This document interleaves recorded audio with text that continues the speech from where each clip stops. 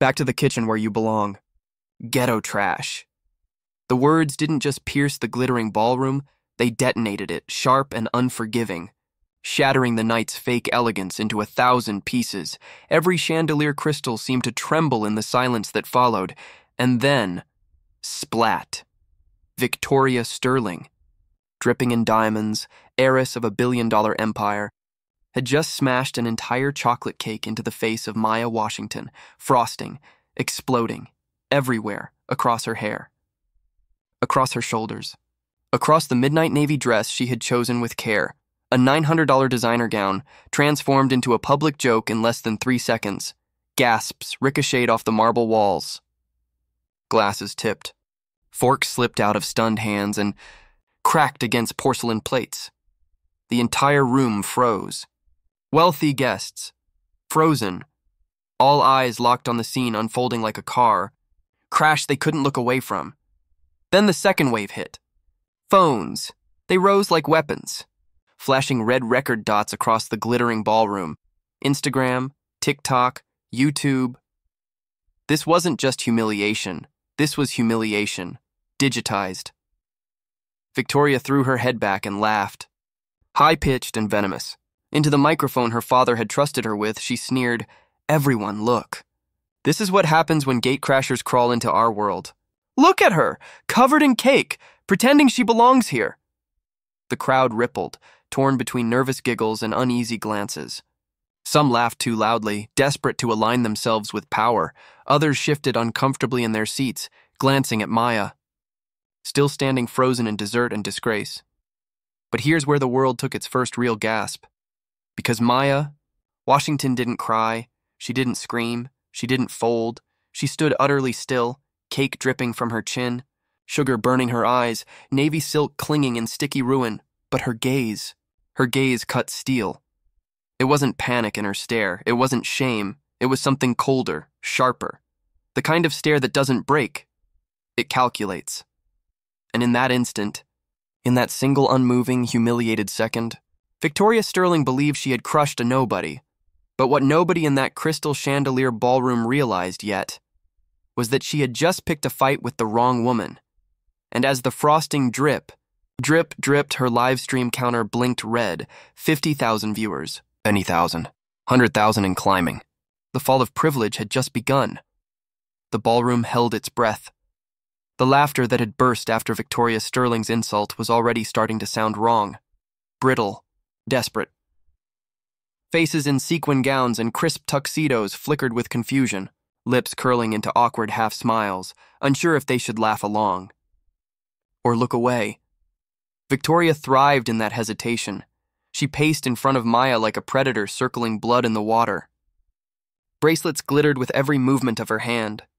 Her voice, amplified by the microphone still clutched in her palm, dripped venom laced with privilege.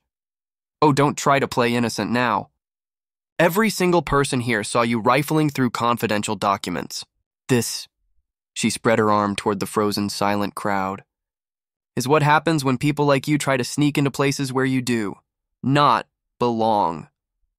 That phrase, people like you, hit the air thick and sour, heavier than the frosting still clinging to Maya's skin. Every black guest in the room knew its weight. Every ally felt the hush of uneasiness tighten their stomachs, and every phone streaming out to tens of thousands captured it, live and uncut. Somewhere near the bar, a banker muttered, "Did she just say that?" Out loud, his colleague shifted nervously. Oh, she said it. The ballroom's glass walls reflected rows of phones, bobbing above the guests like lanterns at an execution. TikTok comments swarmed, furious fingers racing across keyboards. "This is racist AF.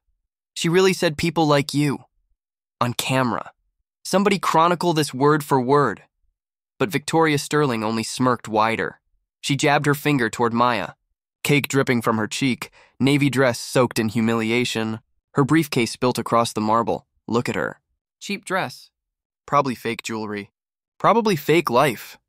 Her voice rose, booming through the microphone. She thinks she's one of us. But she's a fraud. Gasps broke through the room again. Guests shuffled in their heels, torn between comfort and conscience. And Maya? Maya bent. Slowly, deliberately.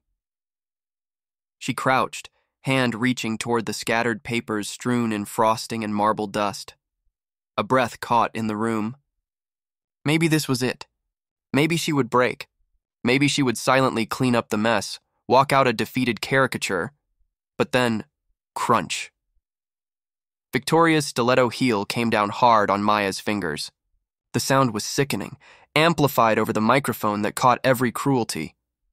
"Don't touch those," Victoria hissed into her mic, loud enough for the world to hear. "Security will deal with your fake documents. You don't speak. You don't move. You just wait to be thrown out." Ripples spread across the guests now. Shock. Discomfort. Realization. Some lowered their phones and turned away, unwilling to watch racism naked and unmasked. Others leaned in closer, hungry for the spectacle, whispering like vultures. Maya's hand trembled under the crushing heel, but no sound escaped her lips. She didn't cry. She didn't beg. Instead, she slowly raised her eyes, and for the first time tonight, Victoria Sterling's laughter faltered because Maya's gaze was no longer silent endurance. It was a promise. Maya's hand still burned under the press of Victoria's stiletto, but her eyes were steady. She let the silence stretch, frosting sliding down her cheek in slow, humiliating drips, and then, in a voice calm enough to slice through Victoria's shrill cruelty, she spoke. "You believe I don't belong here, but perhaps you should verify, before you decide who does." The words weren't loud, but the microphone caught them, carried them over the marble walls like thunder. The ballroom stilled. Victoria blinked, her lips twitching with disbelief. "Verify?" But Maya was already moving. Slowly, painfully, she slipped her hand free from under the jeweled heel, reached into her bag, and produced something far smaller. And far deadlier than Victoria's cake stunt, a business card. She didn't wave it. She didn't grandstand. She simply handed it to Marcus Carter, the hotel manager hovering nervously by the stage. And when he read it, his face went pale, deathly pale. Gasps shot through the crowd like sparks in dry brush. Voices rose at once, panicked and sharp. "What did it say? Who is she?" Victoria snatched the card from Marcus's trembling hand, laughed into the mic, her laughter brittle, manic. This is the worst fake I have ever seen." "Ha. Microsoft senior executives don't look like her. Her words detonated louder than the champagne.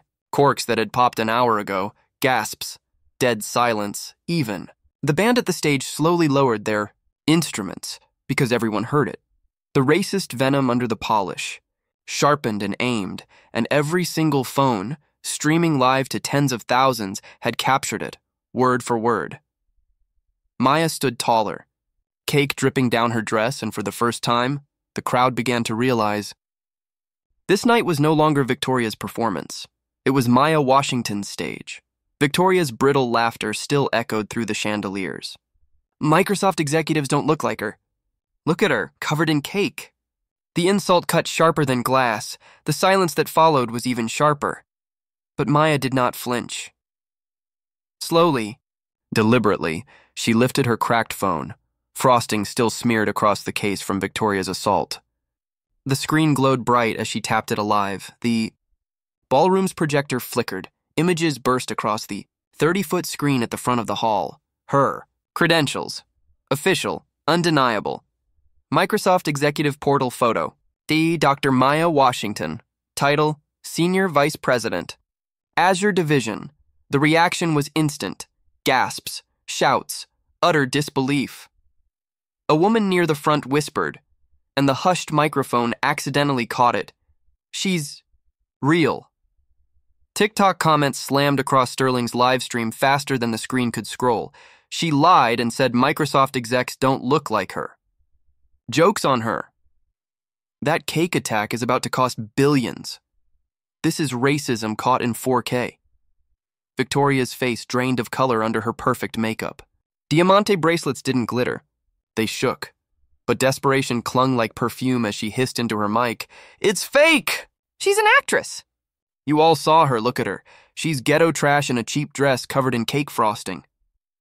Microsoft executives don't look like that. The phrase, "don't look like that," detonated through the hall. As loud as the insult itself, This time, no uneasy giggles followed. Instead, disgust, outrage. Guests shifted back from Victoria Sterling like she was contagious. The faint smell of cake icing mixed with the stench of her own arrogance, rotting in real time. And Maya? Standing there, dripping in chocolate and humiliation, she didn't raise her voice, didn't waste a word, because the ballroom, and the world, had already turned. The ballroom had tilted. Moments ago, Victoria Sterling was queen of the evening, dripping in diamonds, basking under chandeliers, wielding her father's fortune like a crown. Now, she was cornered by frosting, by live streams, and by a business card paired with proof on screens 30 feet high. No, this is still fake, she shouted, clutching at her microphone as if sheer volume could patch the dam. She's lying. An actress, a fraud. Microsoft executives don't what? Maya's voice snapped clean through her meltdown, calm, controlled, frosting still dripping but gaze steady. Don't look like me? The crowd stiffened. The words seared truth into marble floors. Gasps erupted again as Marcus Carter, the hotel manager, tried to salvage dignity. He cleared his throat, hands shaking, and placed a call on his desk phone, set to speaker so all of them could hear. The line clicked. Microsoft Corporation, Redmond headquarters. How may I direct your call? The ballroom froze again. Carter's voice trembled. Yes. Please connect me to the Azure division, Dr. Maya Washington's office. Every phone raised in the room captured what came next. A pause. A second line clicking in. This is Jennifer Alvarez, executive assistant to Dr. Washington. The gasp that followed was pandemonium. Cameras swung back to Maya, still standing strong in her ruined dress. She wiped a slow streak of cake from her cheek, leaned toward the speaker, and in a voice calm enough to echo forever simply said, Jennifer, this is Dr. Washington. I'm at the Sterling Gala. There's been an incident with dessert. Oh my God! Jennifer gasped through the phone. Dr. Washington, we're watching the live stream right now. Are you safe? Should we call the police? Boom. The reaction detonated. Phones in the crowd tilted to show chat floods. They just confirmed her identity. Sterling family done. Racism caught in 4K and audio. Even the band at the back dropped their instruments. Journalists in suits sprinted forward, shoving phones higher. Victoria gaped, the microphone slack in her hand. Her jeweled bracelets no longer glittered, they rattled with her pulse. And then, into that silence, a voice from the rear bar cut venomously loud. She humiliated her. Called her ghetto trash on camera, in front of 500,000 people. The ballroom trembled with the weight of what just unfolded, privilege stripped and broadcast in real time. The chandeliers above seemed to dim. A ripple passed through the crowd as the double doors burst open. Jonathan Sterling, the man himself. CEO of Sterling Industries, master of ceremonies, titan of the empire whose wealth paid for the marble beneath their feet. But tonight, his face was gray. He had seen the live stream. He had watched the barrage of racist comments flooding every platform. He had heard Jennifer Alvarez's voice confirming the unthinkable. The woman dripping in cake before him wasn't a fraud at all. She was real. The very executive he'd been praying would sign billions into his failing company's future. Victoria. His voice cracked as he pushed forward through stunned guests. Tell me this isn't true. Relief washed over his daughter's frosting smudged face, clinging to old entitlement like a lifeboat. She launched toward him, grabbing his arm like a spoiled child grasping her parent in a tantrum. Daddy! Perfect timing. This woman is lying. She's playing everyone. Microsoft would never send her. You can see it, can't you? Look at her. Her words echoed in brutal repetition. Look at her. The crowd flinched. The live stream comments detonated again. He better not defend her or it's over. The racism in this family runs deep. Sterling about to collapse on live TV. Jonathan Sterling's head turned slowly. His eyes locked on the massive projector, displaying Dr. Maya Washington's credential screen in flawless resolution. The truth filled the ballroom at 30 feet high, and he realized, in front of 300 guests and millions online, his empire wasn't facing a scandal, it was facing an execution. Oh God, Jonathan whispered, staggered back a step, the microphone forgotten in his slipping hand. He turned to his daughter, horror etched in every line of his face. "Victoria, what have you done?" But Victoria was blind to consequence. Arrogance raged in her eyes. She shrieked, voice shrill into every phone camera. "You're all blind! She doesn't belong here. Microsoft executives don't come dressed from the ghetto. She's fake. All of this is fake." For the third time that night, the entire room gasped, but this time there was no laughter. Only disgust. Guests pulled away from her in their glittering gowns. Sponsors in tuxedos whispered frantically into phones. Investors' faces turned to stone. Jonathan Sterling realized everything in one crushing heartbeat. The marriage gala he thought would crown his empire had birthed his family's downfall, broadcast by his own daughter's mouth. The walls seemed to hum under the weight of silence. Victoria's last words. "Microsoft execs don't come dressed from the ghetto," still poisoned the air, coiling in the ears of every guest. Maya had endured humiliation. She had endured frosting dripping into her eyes, her fingers crushed beneath a designer heel, public scorn broadcast in real time. But now, finally, it was her stage. She stepped forward, slowly, methodically, her navy dress ruined, buttercream still sliding down her cheek, but chin high, voice sharp as glass. "Ladies and gentlemen," Maya began. The microphones caught every word, echoing across marble like thunder. "Miss Sterling assaulted me. She called me ghetto trash. She humiliated me in front of you, and in front of hundreds of thousands of people watching online. She told me I did not belong." The room shifted. Phones tilted to capture her directly, lenses trembling with adrenaline. Her voice grew steadier, louder. "But hear me now. This was not just an insult to me. It was an insult to every black professional who has ever walked into a room and been told by someone like her, 'You don't belong.'" Guests gasped. Some lowered their eyes. Others, especially the black professionals sprinkled among the wealthy crowd, nodded fiercely, lips pressed tight in solidarity.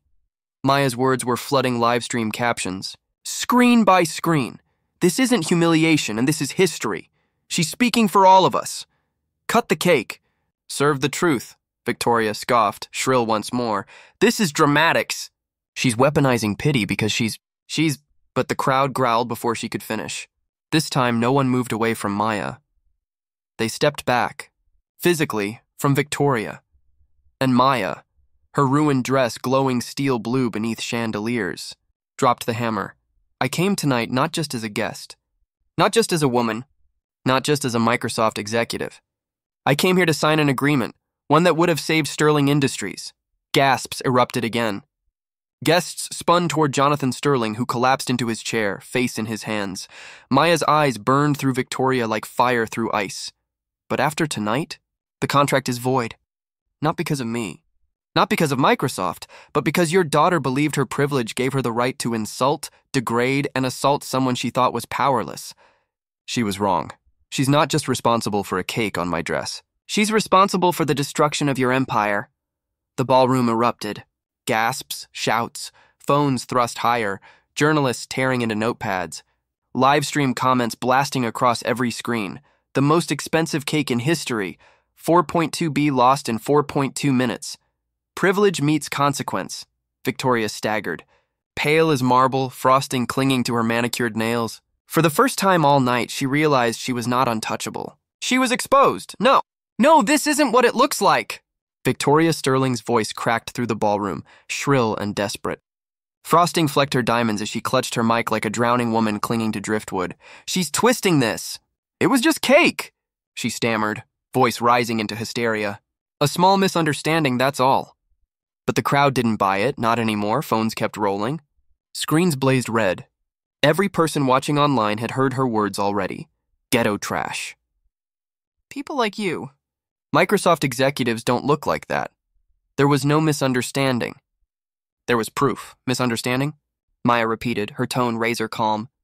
"You smashed a cake in my face. You put your heel on my fingers. You called me trash. And the world heard you." "It wasn't like that," Victoria shouted back, her pupils wide, darting between cameras. "You provoked me. You were trespassing." Look at her. Doesn't she look like someone who doesn't belong here? But before she could finish, a new voice rose, clear from the other side of the ballroom. I saw everything. The guests turned. An older black woman in a gold gown pushed forward, her phone raised high. I recorded it from the start. She was standing still, dignified when you attacked her. Don't you dare lie to us. A white man in the back echoed fiercely. I got footage too. She was calm the entire time. You humiliated her for sport. You said people like you. Don't gaslight us, Victoria. We all heard you. The murmurs exploded into a wave. She lied. We've all got it recorded. No escaping this. Victoria stumbled backward, her voice trembling now, the privilege cracking like porcelain. You don't understand. She tricked you. It's all a show. But the livestream feeds were already flooded with hard evidence. Spliced clips, captions burned across the screen, Victoria Sterling, ghetto trash speech. Caught 4K, no excuses, not cake, racism. Every denial became a spark for ridicule. Every excuse turned into fuel for hashtags trending worldwide, and above it all, Maya stood motionless. Frosting clung to her like a crown of consequence, her eyes locked, unflinching, daring Victoria to deny the undeniable. The guest nearest to Victoria finally said what the whole room thought out loud. You can't gaslight us out of what we just saw. Racism doesn't hide under cake. The ballroom erupted in cheers and jeers, not for spectacle this time, but for justice finally cutting through lies. Victoria looked around, face pale, mascara running, fingers twitching, and for the first time in her gilded life, she realized the truth. There was no rescue left, only exposure. The ballroom was chaos now. Phones raised like courtroom exhibits, guests buzzing, journalists elbowing closer, live stream counters climbing into the hundreds of thousands. Victoria Sterling still clawed for control, her voice collapsing into a trembling shriek. You're all against me! It was just a joke. It was just cake, but no one was laughing. Jonathan Sterling stepped forward, his face ashen, staring at Maya with a desperation that made every investor in the room recoil. Dr. Washington, please. His voice cracked in a way only a crumbling empire could. We need this deal. 12,000 jobs depend on it. Don't punish them for my daughter's mistake. Fire her, exile her, anything. Just don't destroy us, Victoria gasped. Daddy! But Jonathan was already collapsing, falling to one knee on the gleaming marble, his jeweled cufflinks digging into the floor as he begged. A CEO, reduced to a man pleading for mercy on a live stream. The scene was historic. Gasps swept through the crowd. Phones tilted closer. Comments exploded. Her father begging. This is empire death. Most expensive cake in history. 4.2B gone in 4.2 minutes. Maya didn't blink. She straightened, cake sliding down her shoulder like resignation turning into steel. Her ruined navy gown shone under chandeliers like armor. Her voice was cool, lethal. Mr. Sterling, your daughter's mistake was not against me alone. Her mistake was against every black professional who has ever been told you don't belong. She didn't just ruin my dress tonight. She revealed your company's values to the world. And the price is $4.2 billion. Maya lifted her briefcase, the one Victoria had kicked across the floor earlier. She opened it slowly. Inside rested the contract, frosting smeared across its edge like a scar. This, she raised it high for the cameras, showing the torn, stained pages, was the Microsoft Sterling agreement. It could have saved your empire. Tonight it expired. The ballroom detonated. Gasps, screams, journalists shouting questions. Livestream comments flew so fast they blurred into rivers of outrage and memes.